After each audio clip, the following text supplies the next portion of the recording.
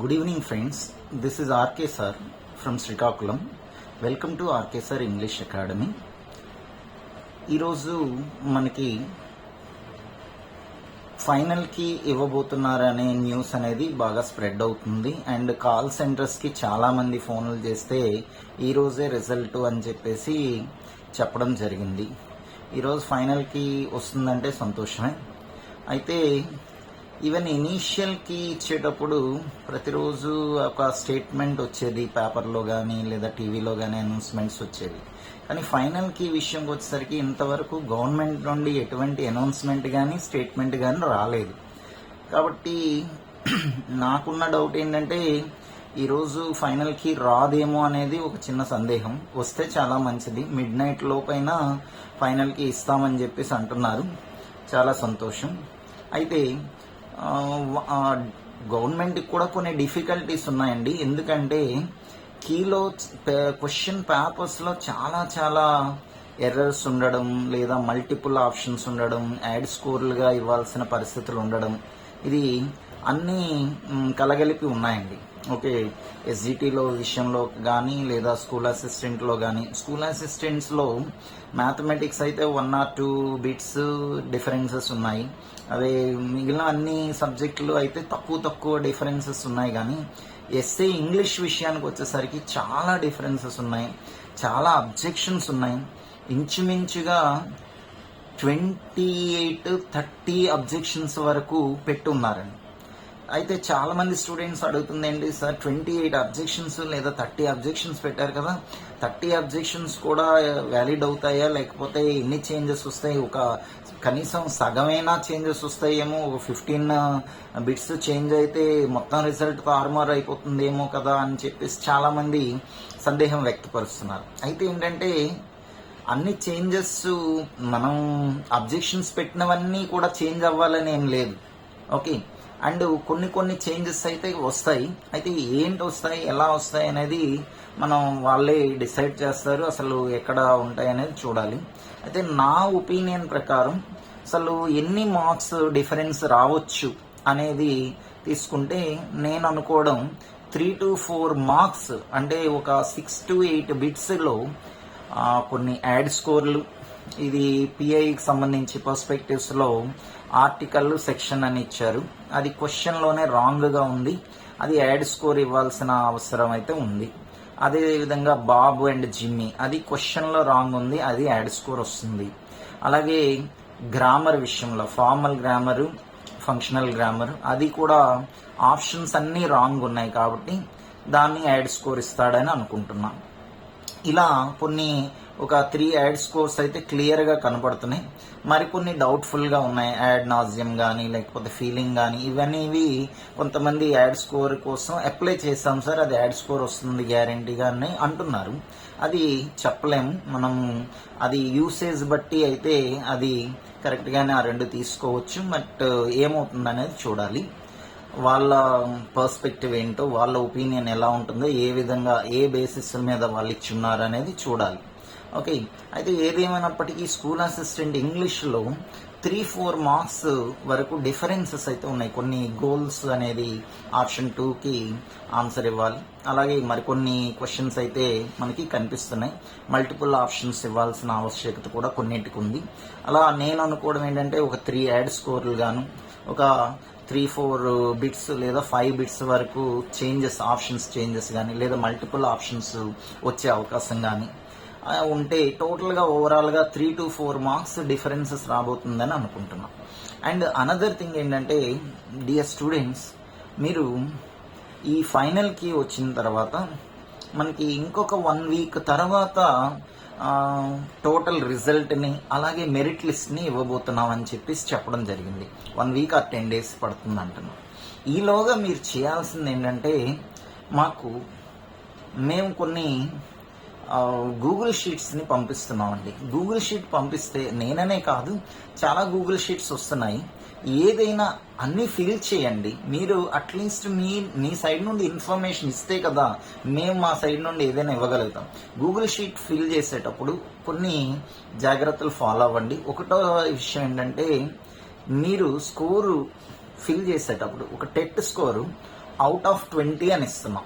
Out of 20 అంటే 20కి ఎన్ని వచ్చాయో క్యాలిక్యులేట్ చేయండి. మీకు వచ్చిన మార్క్స్ బై 7.5 వేయండి.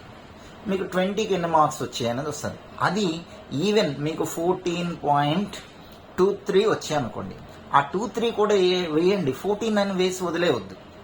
ఇప్పుడు టెట్ స్కోర్ని ఇచ్చేసిన తర్వాత మళ్ళీ డిఎస్సిలో ఏం చేస్తానంటే, డిఎస్సి స్కోర్ అవుట్ ఆఫ్ 80 అని ఇస్తున్నప్పుడు 80తో పాటుగా టెట్ స్కోర్ కలిపి వేసేస్తున్నారు. అది చాలా ఇబ్బందిగా ఉంది. ఇప్పుడు టెట్ స్కోర్ 150కి వేస్తే అది క్యాలిక్యులేట్ చేయడం అన్నీ కొంతమంది 150కి వేస్తున్నారు, కొంతమంది 20కి వేస్తున్నారు. ఇలాంటి సమస్యలు వస్తున్నాయి. అవుట్ ఆఫ్ 20 అని ఇచ్చేటప్పుడు 20 క్యాలిక్యులేట్ చేసి వేయాలి కదా. సో క్యాలిక్యులేట్ చేసి ఈవెన్ పాయింట్స్తో సహా కలిపి వేయండి.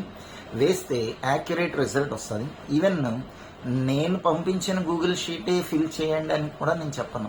అన్ని గూగుల్ షీట్స్ని ఫిల్ చేయండి.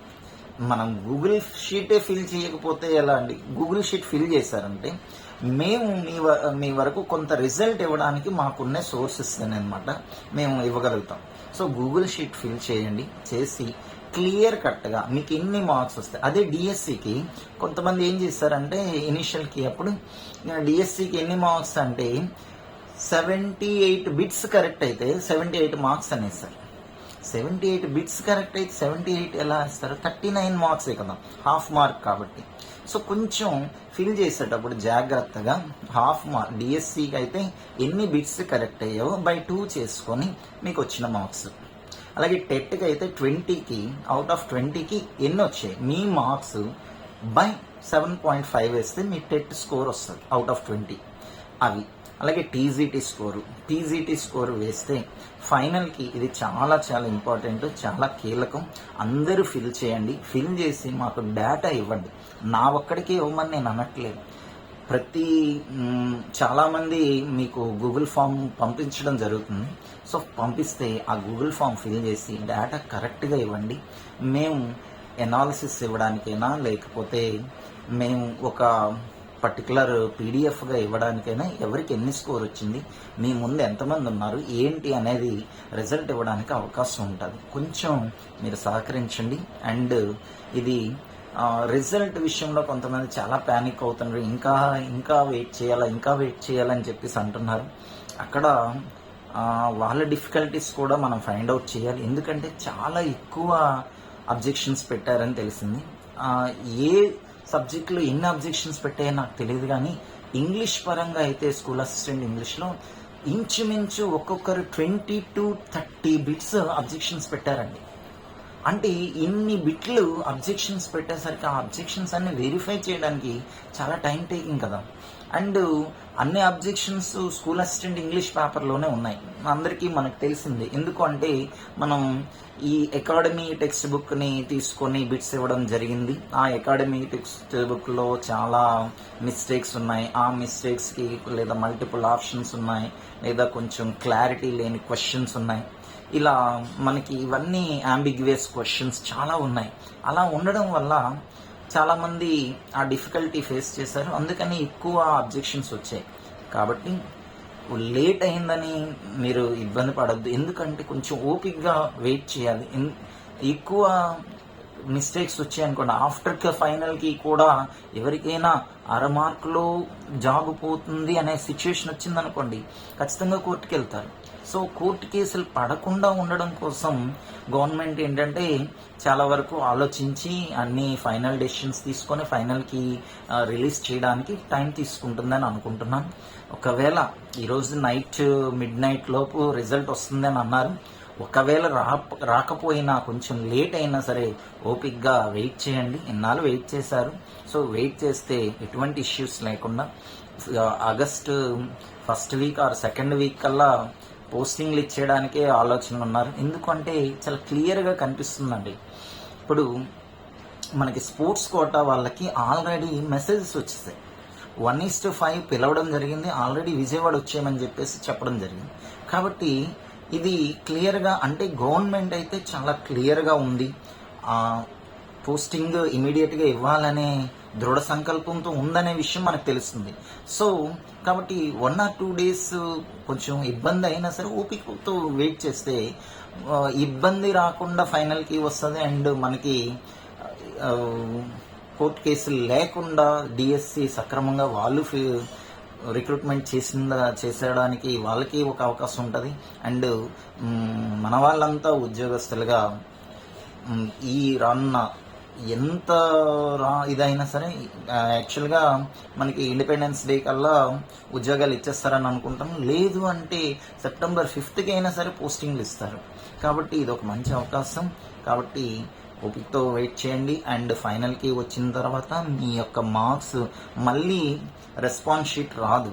ఓకే, ఫైనల్కి వచ్చిన తర్వాత మీ ఏ క్వశ్చన్స్ చేంజ్ అయ్యావి, ఆప్షన్స్ ఏంటి, ఆన్సర్స్ ఏంటి చేంజ్ అయ్యో చూసుకొని మీ యొక్క స్కోర్ని చక్కగా యాడ్ చేసుకొని ఒక బిట్ వస్తే హాఫ్ మార్క్ యాడ్ అయినట్టుగా యాడ్ చేసుకొని క్లియర్గా మీరు మీ స్కోర్ని డిఎస్సి స్కోర్ని కౌంట్ చేసుకొని మాకు ఇచ్చినట్లయితే గూగుల్ ఫామ్లో మేము మీకు ఒక టోటల్ ఎనాలిసిస్ ఇవ్వగలుగుతాం స్టేట్ వైడ్ అని అనుకుంటున్నాను.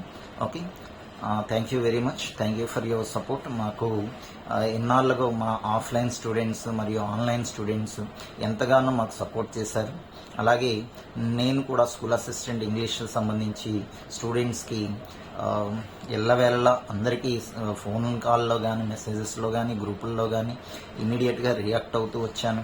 అండ్ నేను రాసిన ఎస్ఎండ్ఎస్ బుక్స్ విషయంలో కానీ మేము ఆన్లైన్ క్లాసెస్లో కానీ ఆఫ్లైన్ క్లాసెస్లో కానీ స్టూడెంట్స్కి హెల్ప్ఫుల్గా ఉన్నాం. అండ్ ఇప్పుడు దిస్ ఇస్ యువర్ టర్న్, మీరు హెల్ప్ చేయాల్సిన టర్న్ అండి.